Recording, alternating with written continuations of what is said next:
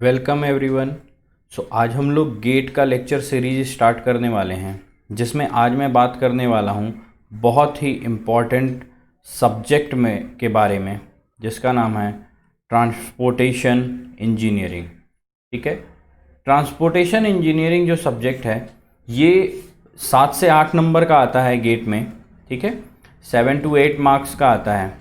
But ये जो होता है ये प्रैक्टिकल लाइफ में काफ़ी इम्पॉर्टेंट होता है हमारा, इसलिए मैंने ट्रांसपोर्टेशन इंजीनियरिंग को अभी लिया हुआ है। हम लोग इसको पढ़ते जाएंगे और साथ साथ थ्योरी के साथ साथ कॉन्सेप्ट, एंड देन हम लोग कुछ इम्पॉर्टेंट डेफिनीशंस, देन न्यूमेरिकल्स भी इसके बेस पर सॉल्व करने वाले हैं। ट्रांसपोर्टेशन इंजीनियरिंग हम लोग स्टार्ट करते हैं। तो सबसे पहले मैं आपको इसके सिलेबस के बारे में थोड़ा सा बता दूं। तो बेटा, ट्रांसपोर्टेशन इंजीनियरिंग का जो सिलेबस है ये 3 पार्ट्स में डिवाइड है। पहला जो है वो है हमारा ट्रांसपोर्टेशन इंफ्रास्ट्रक्चर के बारे में। ठीक है, इंफ्रास्ट्रक्चर्स के बारे में जो हमारे पास है, तो अगर मैं यहाँ पर बात करूँ इंफ्रास्ट्रक्चर की, तो यहाँ पर है हमारे पास highway alignment and engineering survey. ठीक है, जो सर्वे होता है, जियोमेट्रिक डिज़ाइन ऑफ हाईवे, जिससे बहुत ज़्यादा क्वेश्चन पूछे जाते हैं, cross sectional elements, side distance, इससे न्यूमेरिकल आते हैं 2-4। ठीक है, हॉरिजॉन्टल एंड वर्टिकल अलाइनमेंट्स।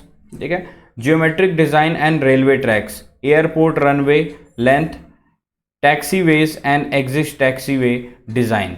तो बेटा एक चीज़ आप देख रहे होगे कि यहाँ पर जियोमेट्रिक डिज़ाइन ऑफ रेलवे भी पूछा जा रहा है, एयरपोर्ट भी पूछा जा रहा है। ठीक है, तो ट्रांसपोर्टेशन में मैं रोड हाईवे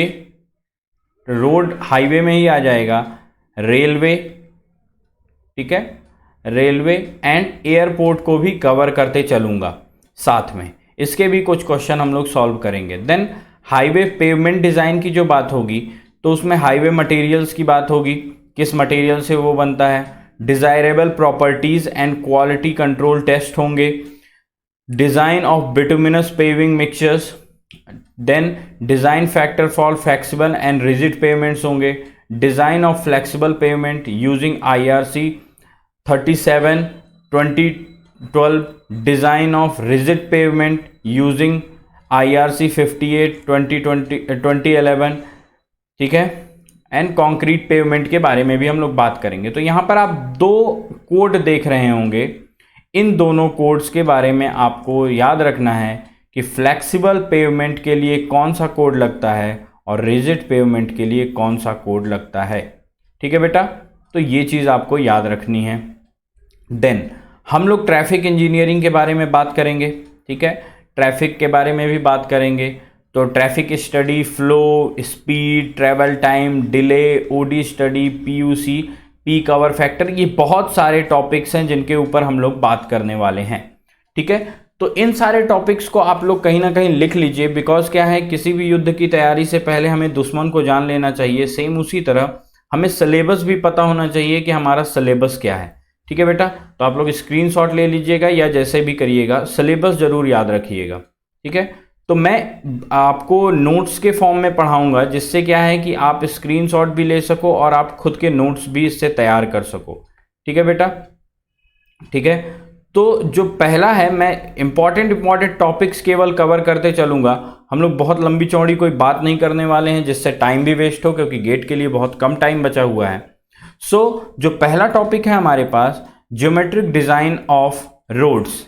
ठीक है, तो ज्योमेट्रिक डिज़ाइन ऑफ रोड के बारे में अगर मैं बात करूं, तो इसको ये बोल सकते हैं हम कि the geometric design of road is the branch of highway engineering concern with the position of the physical elements of the roadway according to the standard and constraints.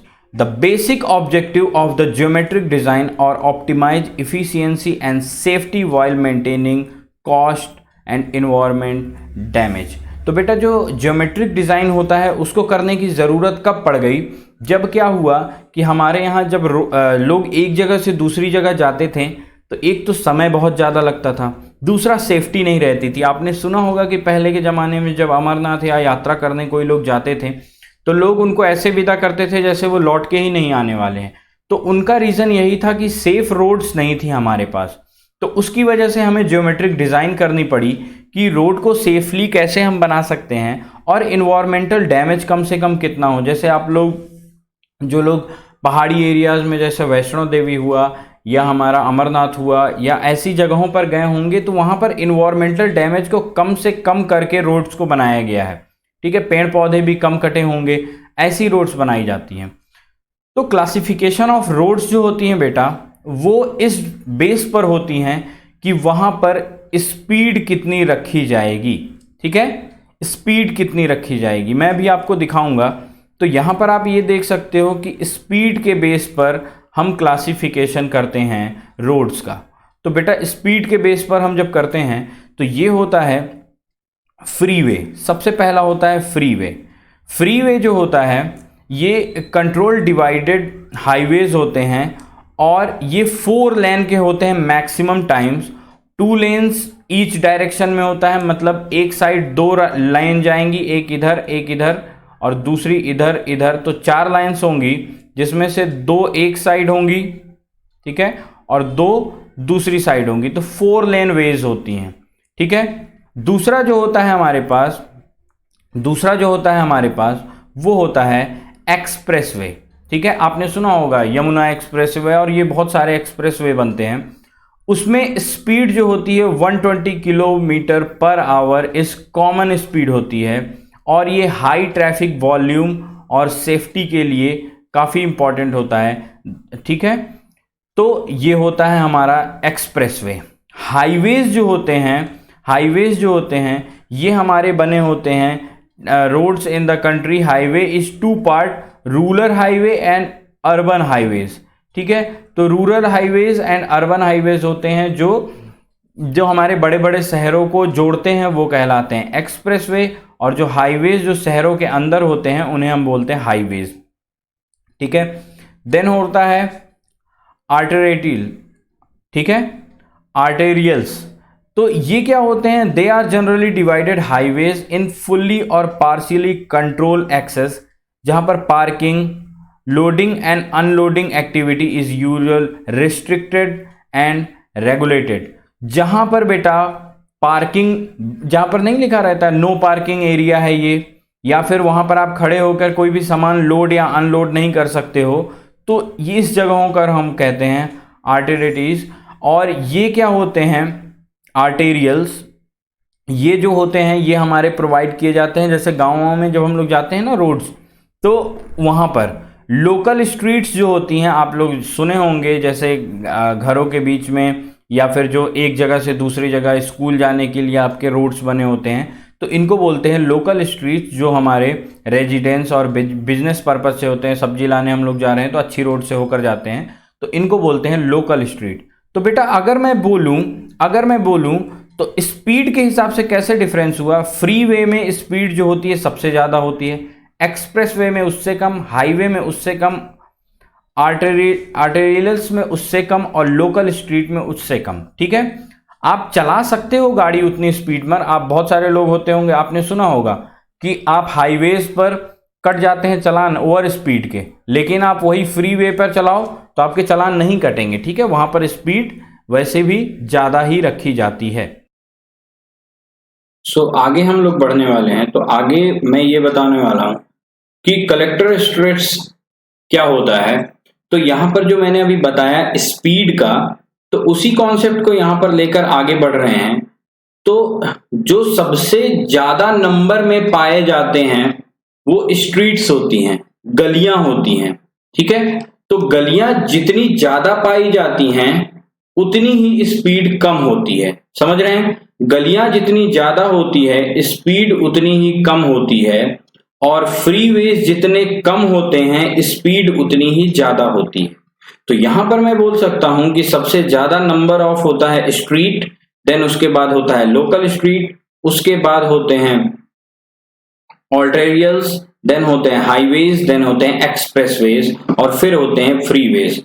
और सबसे कम संख्या में होते हैं फ्रीवेज, लेकिन सबसे ज्यादा स्पीड होती है फ्रीवेज में। तो ये स्पीड वर्सेस एक्सेसिबिलिटी का जो कर्व है, इससे आप ये चीज समझ सकते हो। देन यूटिलिटी की अगर मैं बात करूं तो बेटा यूटिलिटी का मतलब ये होता है कि हम उसी मास्टर प्लान को फॉलो करते हैं। अगर 2 मास्टर प्लान्स हमारे पास हैं तो सिंगल रोड डिजाइन के लिए तो हम उसी मास्टर प्लान को फॉलो करेंगे जहां पर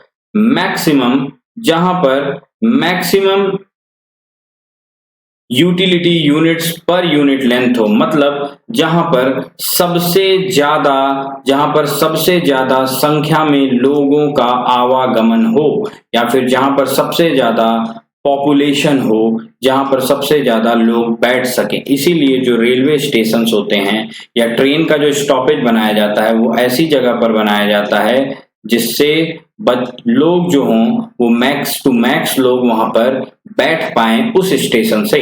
तो हम ऐसे रोड को फॉलो करेंगे, ऐसे रोड प्लान को फॉलो करेंगे जो मैक्सिमम पॉपुलेशन को कवर करता हुआ जाए। डिपेंड नहीं करता कि वो कितनी लेंथ का बन जाए, ठीक है, लेंथ बढ़ा सकते हैं बट हम पॉपुलेशन नहीं छोड़ सकते।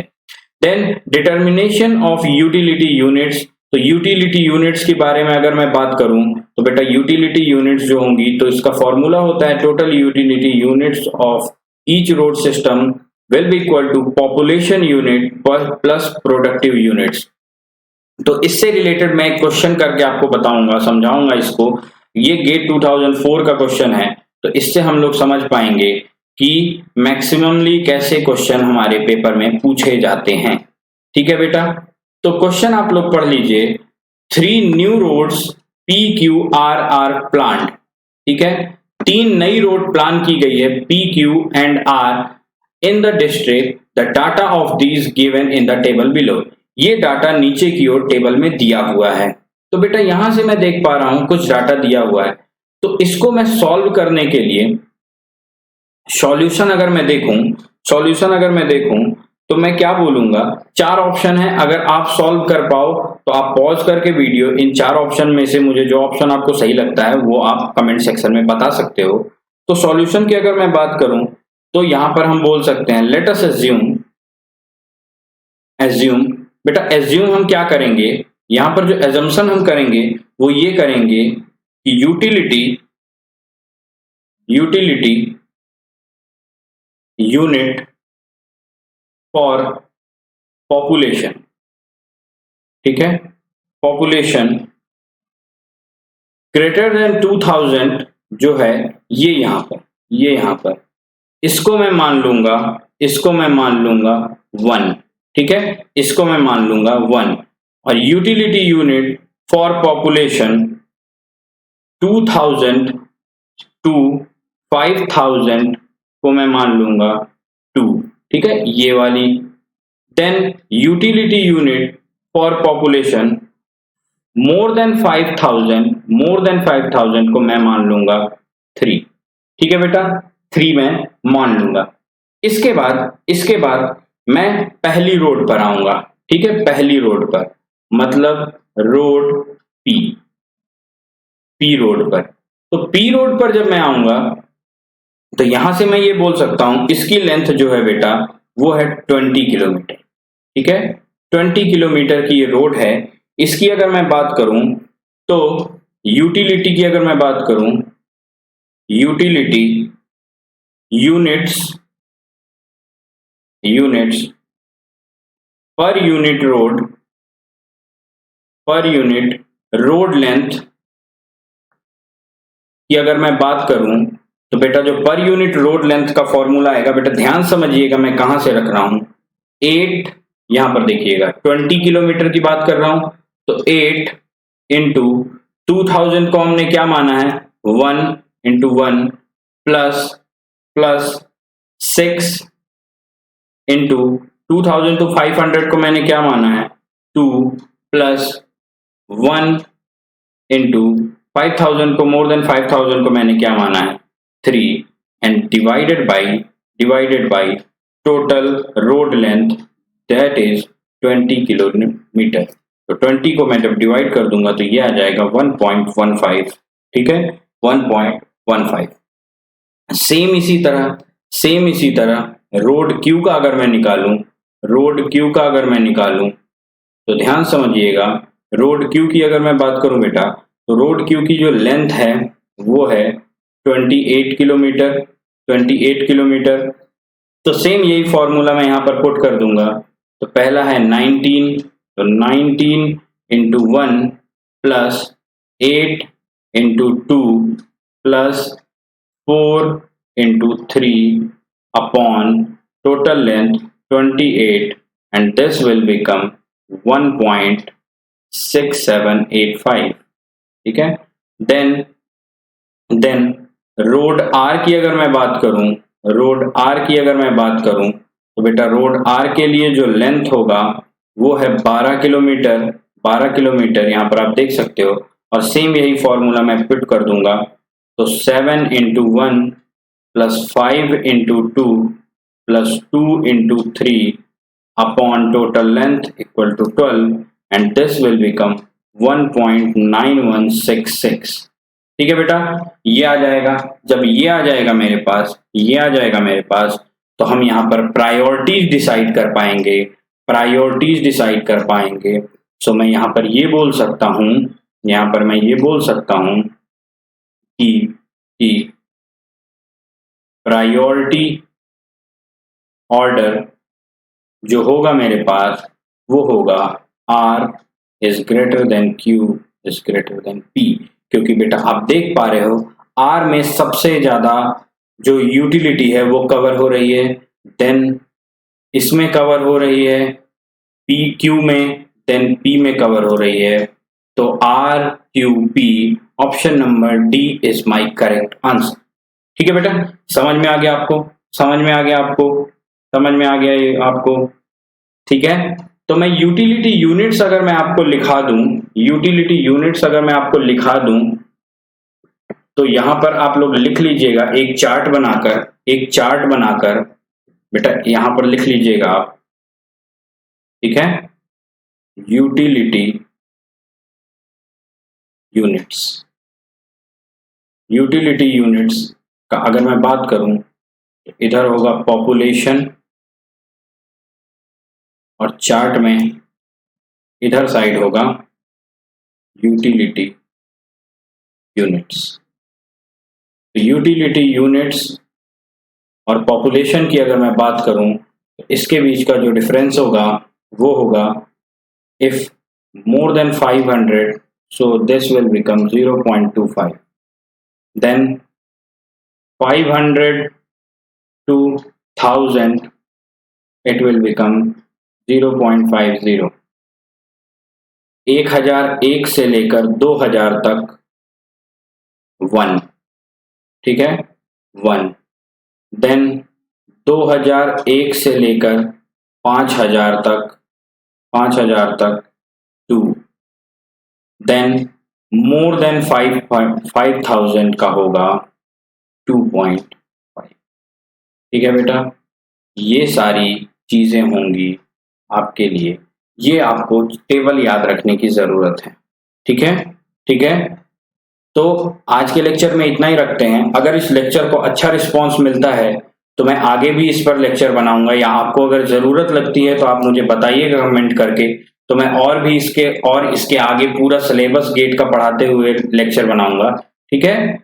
Good bye. और जो भी ज्वाइन करने के लिए मेरे चैनल को सब्सक्राइब कर लीजिए आगे के वीडियोस पाने के लिए।